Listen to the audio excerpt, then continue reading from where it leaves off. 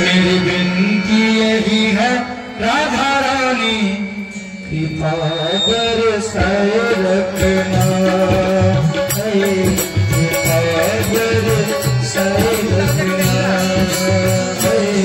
कृपा बरसाए रखना। मुझे तेरा ही सहारा महारानी, तेरा ही सहारा महारानी, चरणों से लिपटाए रखना, बरसाए रखना, बरसाए रखना।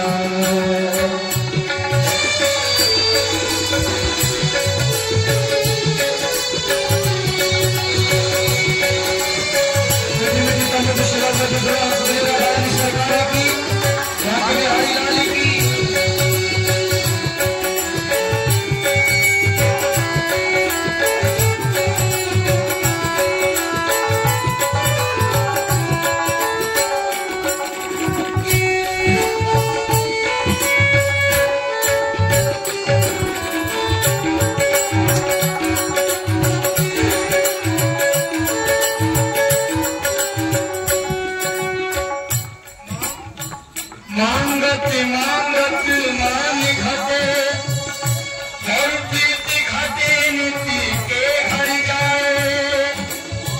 नारी प्रसंग से जोड़ घटे, और क्रोध घटे मन के समझाए।